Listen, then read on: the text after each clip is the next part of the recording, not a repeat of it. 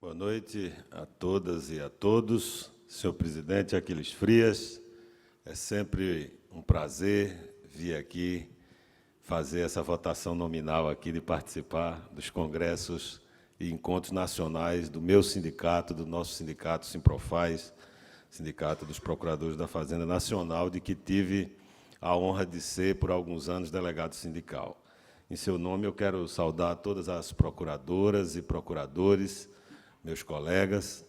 Eu sempre digo que a gente tem uma condição transitória e uma condição permanente. Na vida, na verdade, tudo é transitório, mas a coisa menos transitória é a minha condição de procurador da Fazenda Nacional, a profissão que eu escolhi, a atividade, a função pública a que me dediquei por longos anos e extraí dela, e eu parafraseio aqui o nosso querido Dr. Wagner Pires de Oliveira, que foi procurador-geral adjunto e depois procurador regional da primeira região em Brasília. Ele dizia que a procuradoria era a vida dele. E, de algum modo, eu tenho uma ligação muito profunda com a Procuradoria da Fazenda Nacional. E faço questão de vir aqui todos os encontros, alguns não pude vir, mas nesses 15 anos, a maioria deles, eu fiz questão de participar exatamente para, mesmo estando momentaneamente afastado das atribuições de procurador, sempre carreguei nas funções públicas que ocupei as lições e os valores que aprendi e que sempre tenho a oportunidade de aprofundar, de vivificar, de vitalizar no contato com a minha instituição. Por isso é um prazer enorme estar aqui participando do 15º encontro. Eu quero saudar também o presidente da Assembleia Legislativa do Estado da Bahia, o deputado José Marcelo do Nascimento Nilo, dizer da nossa alegria. Aliás, dentre esses 15 encontros, boa parte deles se deu aqui na Bahia, não por outra razão, pelas belezas naturais, pela acolhida que sempre recebemos aqui nesse estado tão exuberante do nosso país. Quero cumprimentar também o vice-presidente do Simprofaz, meu querido amigo, Juscelino de Melo Ferreira, agradecer as generosas palavras para comigo, doutora Luciane Rosa Croda, procuradora-geral adjunta do Estado da Bahia, em seu nome saudar todos os integrantes do governo do Estado da Bahia. Quero cumprimentar de maneira muito especial aqui alguém que é fundador do Simprofaz, meu querido amigo, professor, advogado, brilhante, homem público de reconhecidos compromissos com o Brasil, que é o Ricardo Lodi Ribeiro. É sempre um prazer. Aliás, Lodi, eu acho que nós somos aqui os decanos, talvez, nem tanto pela idade, mas porque chegamos muito cedo aqui na PGFN, e você teve ali um papel fundamental de criação do nosso sindicato, foi presidente, seu primeiro presidente, e eu gosto muito de encontrá-lo aqui, é uma prova de que continuamos gostando das mesmas coisas, isso me faz muito bem. Eu quero saudar também o diretor do DIAP, Antônio Queiroz, que é outro também frequentador assíduo desses debates intensos nesses 15 anos. E saudar as instituições, a ANPAF, em nome do seu vice-presidente, Rogério Filomeno, e a ANAUNE, em nome de Carlos Weber. Eu queria dizer aqui a vocês, a palavra que mais a gente tem ouvido nos últimos tempos é a palavra crise. Aliás, já no encontro do ano passado, nós já falávamos de uma crise que foi negada no debate eleitoral, que foi escondida, que foi falseada por algo que certamente já se avizinhava no horizonte da economia global em que a gente está inserido, mas particularmente no Brasil, porque eram visíveis os sinais de que era preciso corrigir os rumos da economia brasileira para prepará-la para atravessar o momento de turbulência que estamos atravessando, e também alguns déficits de diálogo que o governo da presidente Dilma, com todo respeito, uma brasileira que certamente tem uma história notável, mas que o seu governo deixou a desejar no diálogo com o Congresso Nacional e com a sociedade. no momento de crise econômica, em que a gente vive uma conjugação de fatores perversos, de inflação, de juros elevados, de estagnação econômica, faz com que, nos últimos 12 meses, a gente tenha perdido 1 milhão de empregos. Um país pobre como o Brasil não pode se dar ao luxo de vivenciar uma situação dramática, como a perda cada vez crescente de empregos, de unidades. A nossa indústria vive uma situação também igualmente dramática. Então, essa palavra crise é uma palavra que se acostumou ao nosso cotidiano, ao cotidiano do Brasil. E, além dessa crise econômica, uma crise ética de larga proporção, né, onde todos os dias a gente vê denúncias sendo feitas que fizeram com que a maior empresa brasileira, Petrobras, tenha tido a imagem internacionalmente arranhada e muitos dos seus diretores envolvidos em escândalos de corrupção que certamente ojeriam a cidadania brasileira. Além dessa crise ética, uma crise política profunda, onde, todo o ano de 2015, nós vimos o governo federal ser sucessivamente derrotado em muitos dos debates que fizemos lá no Congresso, causando uma grande preocupação, uma base política conservadora,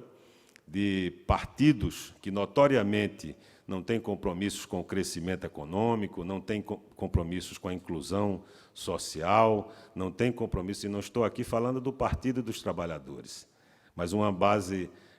de apoio da presidente Dilma, secularmente desafeiçoada a fazer um debate e a promover os debates que interessam num momento como esse. A gente devia estar lá no Congresso Nacional, estar discutindo como é que a gente ajuda o emprego, como é que a gente ajuda a indústria brasileira, como é que a gente ajuda a criar um ambiente que favoreça uma retomada do crescimento. E nós estamos numa agenda conservadora, e eu me lembro muito bem, Toninho, o ano passado, quando você fazia uma análise do novo Congresso, que ainda estava por tomar posse no dia 1º de fevereiro, nós fizemos esse encontro em novembro do ano passado, e você, com sua agudo senso de observação, já dizia que nós íamos ter um Congresso mais conservador do que aquele que terminava aquela legislatura. E, de fato, você tinha razão. Nós vivenciamos esse ano todo, aliás, numa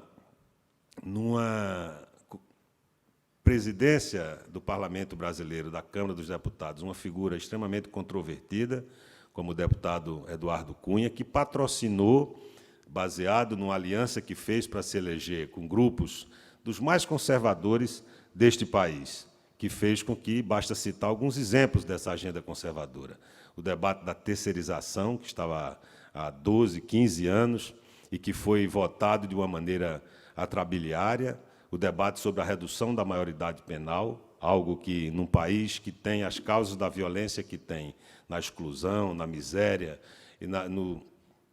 em todas as injustiças e nos diversos problemas que há nos diversos elos da cadeia de segurança pública, nós tivemos aquele debate atropelado por uma discussão sofismática e absolutamente patrocinada por uma visão persecutória, policialesca, que não ajuda ao debate da segurança pública no Brasil.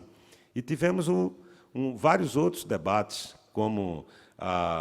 recentemente, um projeto também do deputado Eduardo Cunha, não por acaso, sobre o aborto legal, fazendo com que conquistas históricas das mulheres nesse país tenham sido sacrificadas exatamente sob o patrocínio desse conservadorismo, que eu diria quase doentio. E outras agendas que procuravam o tempo todo exatamente retirar das gavetas do Congresso projetos que haviam, por várias legislaturas, sido rejeitados por muitos dos parlamentares que, com compromisso com o futuro do Brasil, sabiam que aqueles não eram os caminhos que a gente deveria trilhar. E, num programa de ajuste fiscal, nós não tínhamos uma palavra sobre a Advocacia Geral da União e sobre a Procuradoria-Geral da Fazenda Nacional, que, evidentemente, tem sob sua tutela um conjunto de instrumentos que poderiam ajudar em muito esse debate do déficit fiscal, do déficit de emprego, da sonegação, da corrupção, da recuperação de patrimônio público desviado por conta desse patrimonialismo, que sempre foi uma marca desse país. Essa agenda conservadora, ela terminou, e, aliás, num protagonismo que o parlamento assumiu, dadas as fragilidades apresentadas pelo governo, a perda crescente de credibilidade do governo, nós vimos o parlamento assumir um papel que, em outras circunstâncias, seria de ser louvado e saudado, aplaudido até, porque acho que uma democracia ela se fortalece quando o parlamento, que lhe dá suporte, tem um papel ativo e que discute as questões que interessam ao país. Nós vimos um protagonismo da Câmara ser colocado a serviço desse conservadorismo. Enquanto isso, nós vivíamos um momento de afirmação crescente da advocacia de Estado. Nós tínhamos um ajuste fiscal que discutiu retrocessos do ponto de vista de garantias e direitos dos trabalhadores desse país. Nós tínhamos alterações legislativas que agravavam, no momento de crise econômica, o setor produtivo desse país, e a advocacia pública e o papel da Procuradoria-Geral da Fazenda Nacional completamente desconsiderado. Quando a gente tem uma dívida ativa, e é verdade que a gente tem uma recuperação ainda tímida desse estoque de dívida ativa, mas precisa ter estrutura para cobrar essa dívida, precisa ter diretriz política que coloque a advocacia da União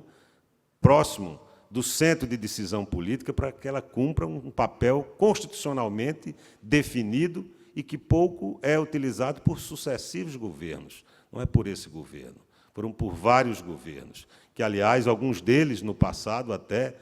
tornaram a advocacia completamente fragmentada, numa situação que a gente tinha ganho musculatura no governo do presidente Lula e que depois fomos perdendo substância ao ponto de estarmos vivenciando o grave momento que atravessa a advocacia de Estado no país, que falta estagiário, falta carro, faltam as coisas mais elementares para o cumprimento de uma função social e institucional tão importante,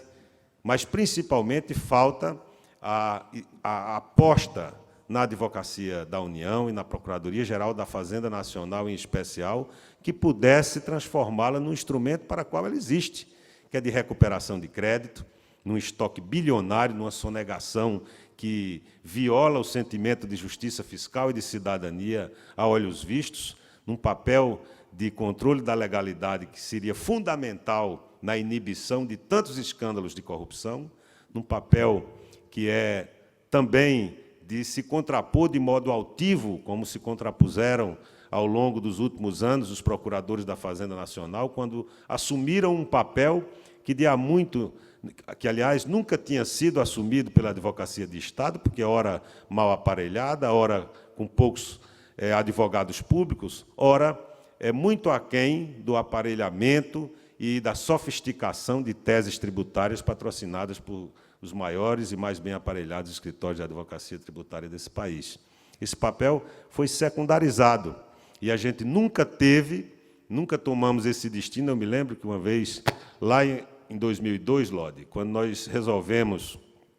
que deveria ser Procurador-Geral da Fazenda Nacional, um procurador da Fazenda Nacional, nós fizemos um debate ali, patrocinado pelo Simprofaz, influenciado pelos ventos de muita esperança do governo ali eleito, de modo absolutamente fantástico, que foi a eleição do Lula em 2002, nós fizemos um debate, e ali a gente dizia que deveríamos ter a chave da nossa casa. E, quando a gente teve a oportunidade de ter a chave da nossa casa, nós começamos a construir um desenho e um rosto para a Procuradoria-Geral da Fazenda Nacional, que, no ano de 2015, depois de 25 anos de criação do seu sindicato, se mostrou com toda a sua exuberância, que foi a afirmação política que houve da advocacia pública no Congresso Nacional. Desde o dia 1º de fevereiro, e até antes, nós vínhamos acompanhando, recebemos inúmeros colegas do Brasil inteiro, de todas as carreiras, e pudemos ver uma articulação que mexia fundamentalmente com a autoestima dos nossos colegas, porque, pela primeira vez, eles resolveram tomar conta do seu destino e foram fazer aquilo que carreiras outras fizeram e conseguiram conquistar uma altitude, uma estatura institucional que a gente está a merecer e que nos é negado há muito tempo. Isso foi um movimento que foi de uma força muito grande. Não imaginem vocês que nós tivemos a votação dessa PEC por uma liberalidade de um governo que, aliás, não teve nenhum diálogo conosco. É preciso dizer isso. Nós temos muitos companheiros, amigos do PT, inclusive, que têm a compreensão da importância da AGU, mas, como governo federal, foi exatamente a ausência de diálogo, quase um desdém com a AGU e com a Procuradoria-Geral da Fazenda Nacional, que tocou nos brios da nossa instituição e dos nossos companheiros das outras carreiras, procuradores federais e advogados da União, aqui representados tão bem pelos seus dirigentes que aqui estão. E nós fomos lá, eu disse, esse negócio vai dar certo, quando eu vi que a gente estava no corpo a corpo, deputado a deputado, deputada a deputada, visitaram vocês, às vezes com a nossa participação, quase todos, deputado Luciano, os parlamentares da Câmara Federal, são 513. Chegou um momento que me mostraram uma lista, a gente já visitou 502, 503, eu digo, isso vai dar certo. E nós fomos lá conversando, alguns reativos, curiosamente,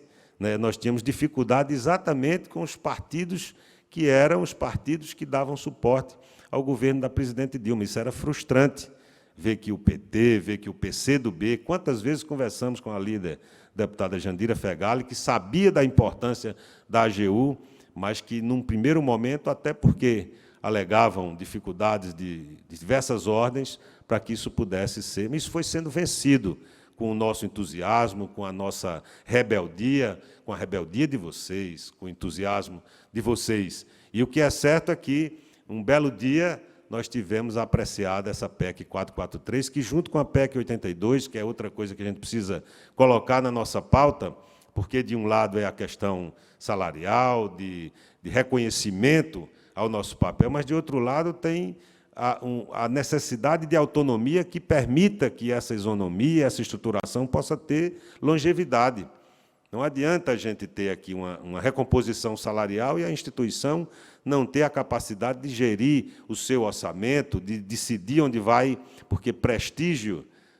em governo é prestígio orçamentário, é tradução orçamentária, e autonomia para executar esse orçamento. Eu acho que a gente viveu um momento muito especial dessa afirmação, esse desenho, esse rosto. Antigamente, eu me lembro muito bem, quando a gente visitava, lá em 2002 ainda, era olhada assim como uma confusão com o Ministério Público. São procuradores federais, são do Ministério Público, ou seja, uma falta de compreensão ou de nitidez do papel da Advocacia Geral da União. E eu acho que, desta feita, nós tivemos a capacidade, junto com a aliança, com outras carreiras, e até para além de vários debates laterais que há no entorno dessa discussão, mas o que é certo é que nós fomos para dentro do plenário do Parlamento Brasileiro, da República Brasileira, afirmar o nosso papel, dizer que não estávamos ali a defender nenhum privilégio, não era a PEC 443, nem muito menos a 82,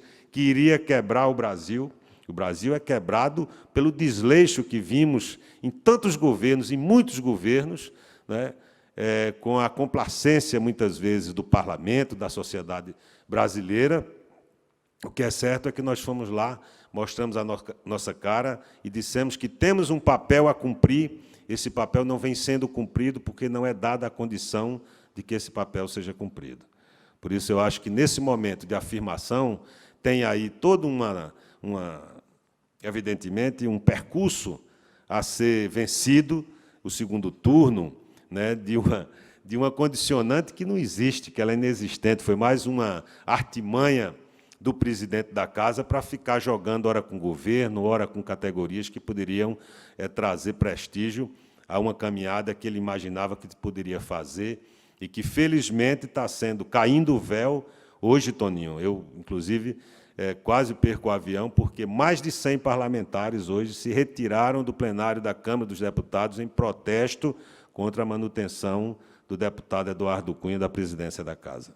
Isso é um sinal de que nós estamos recuperando a nossa indignação. Não é possível que a sociedade brasileira assista, e nós que somos agentes encarregados de combater a corrupção, de recuperar crédito público, de combater a sonegação, que fizemos um debate cínico sobre esse projeto de repatriação de recursos no exterior. Você imagina o que não é para o contribuinte brasileiro olhar um relatório que foi produzido, que o projeto do governo era um outro projeto e que foi completamente adulterado e deformado pelo relatório que foi produzido na Câmara, e nós não tivemos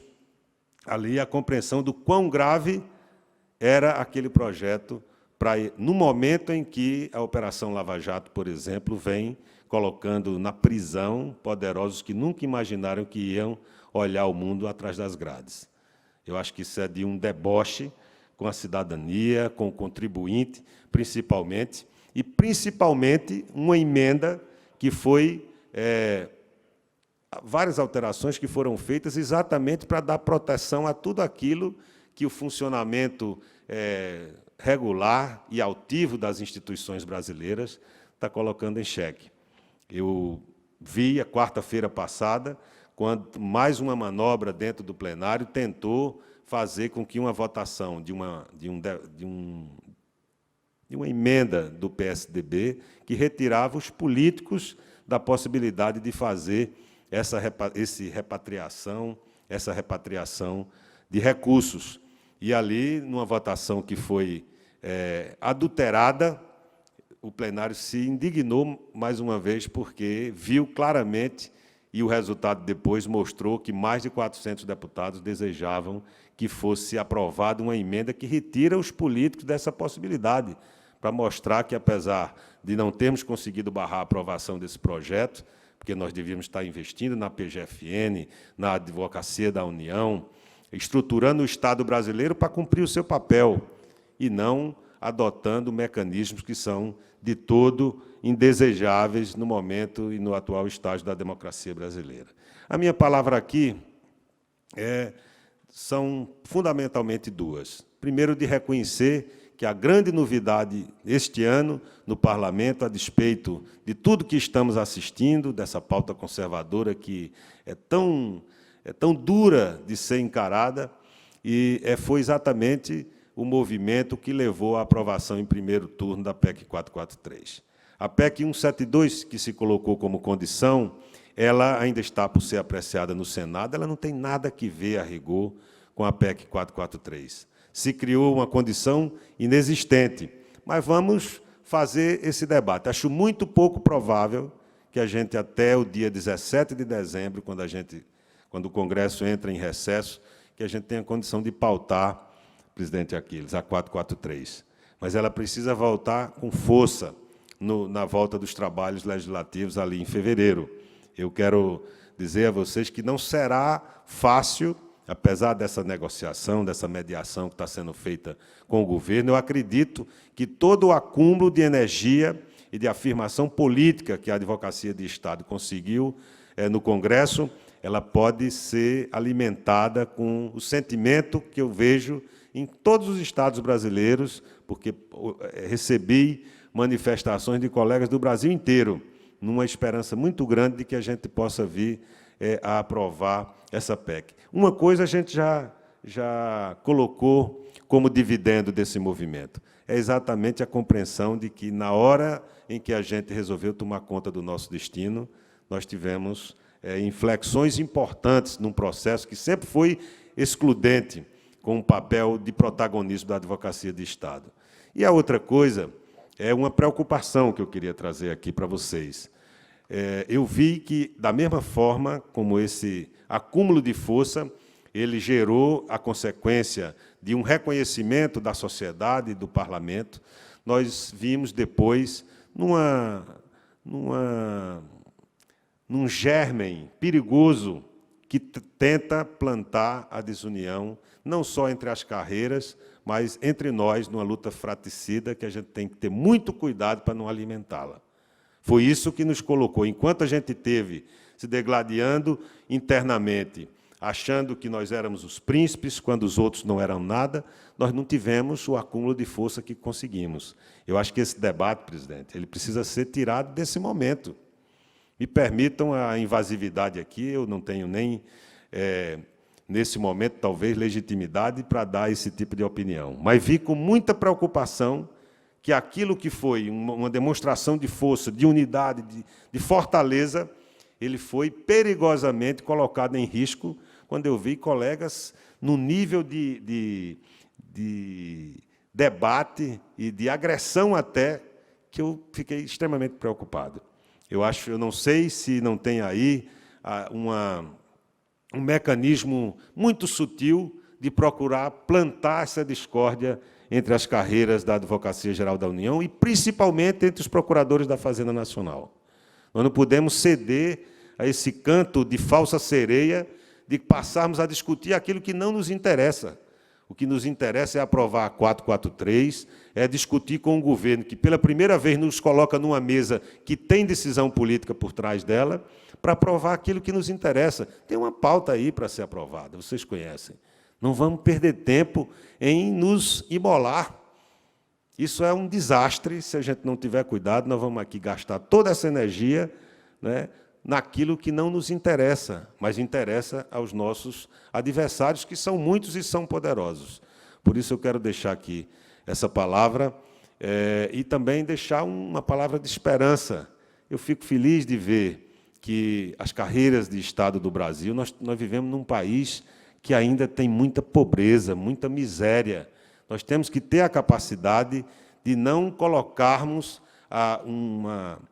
uma matéria-prima tão valiosa como temos no nosso instrumental institucional a serviço de corporativismos menores. É por isso que a gente teve ali a clareza de que a PEC 443 não era a defesa corporativista de interesses menores. E a sociedade compreendeu isso. A sociedade viu que a gente tem um inestimável manancial que pode ser colocado a serviço do Brasil num momento de crise profunda. Nós vamos ter menos de 3% do PIB no ano de 2015, e o ano de 2016 deve repetir esse score negativo.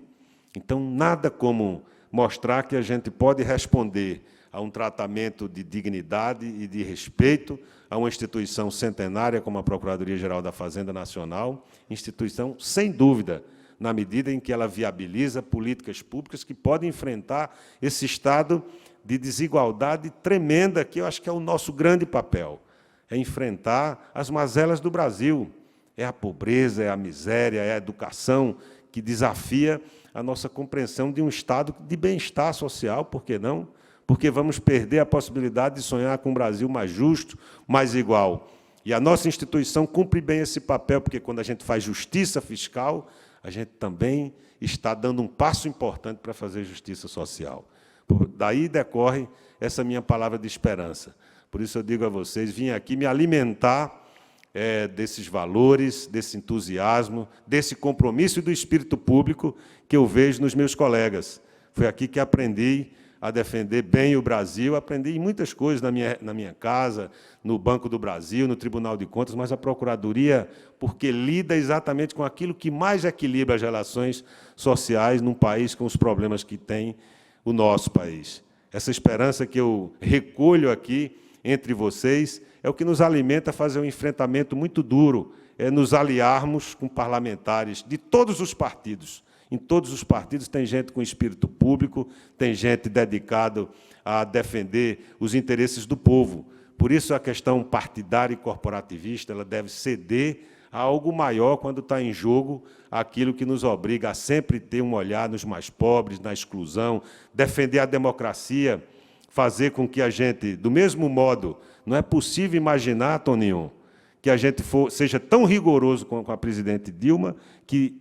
relativamente à figura dela como presidente da República, não tem nada ainda, pode ser que venha a acontecer, e nós vamos cumprir o nosso papel sem problema.